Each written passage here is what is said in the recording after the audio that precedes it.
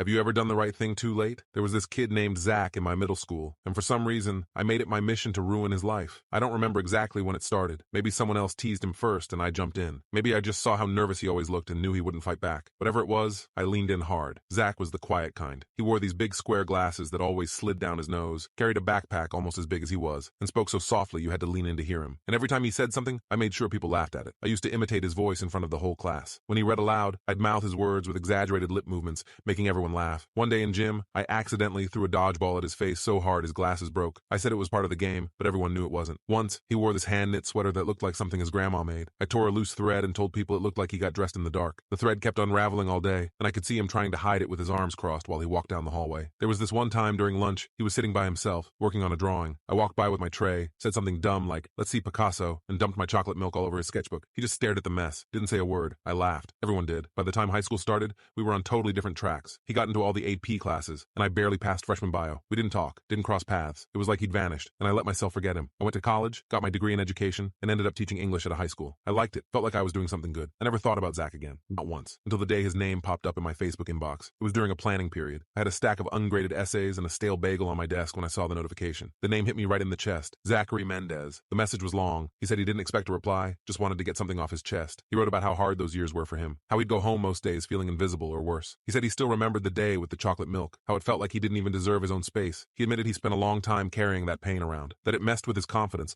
made him question his worth. But then he said something I didn't expect. He said, "I forgive you. I just wanted you to know I'm okay now. I hope you are too." I sat there frozen. All those memories I'd buried came rushing back like they'd just happened. I wrote him back right away. I told him how sorry I was, how ashamed I felt. I didn't make excuses. I just owned it. I asked if he ever wanted to talk or if there was anything I could do now. He messaged me again the next day. He said he appreciated it, but he didn't need anything from me. He had already found closure on his own. He just wanted to offer me the chance to do the same. That message stuck with me for months. I couldn't stop thinking about him, and I couldn't stop thinking about the kids I see now, the quiet ones, the ones who never look anyone in the eye, the ones who remind me a little too much of Zach. So I started a mentorship program at my school. We called it Link. Older students got paired with younger ones, not for grades or tutoring, just for talking, listening, looking out for each other. It grew fast. Kids started opening up. Bullying reports went down. Teachers noticed a difference. I noticed a difference. A couple years later, I spoke about it at a conference. Afterward, this young guy came up to me, probably 20, maybe 21. He shook my hand and said, "I was one of those kids. Thanks." I didn't know what to say, but I nodded, and for the first time, I let myself believe I was finally making something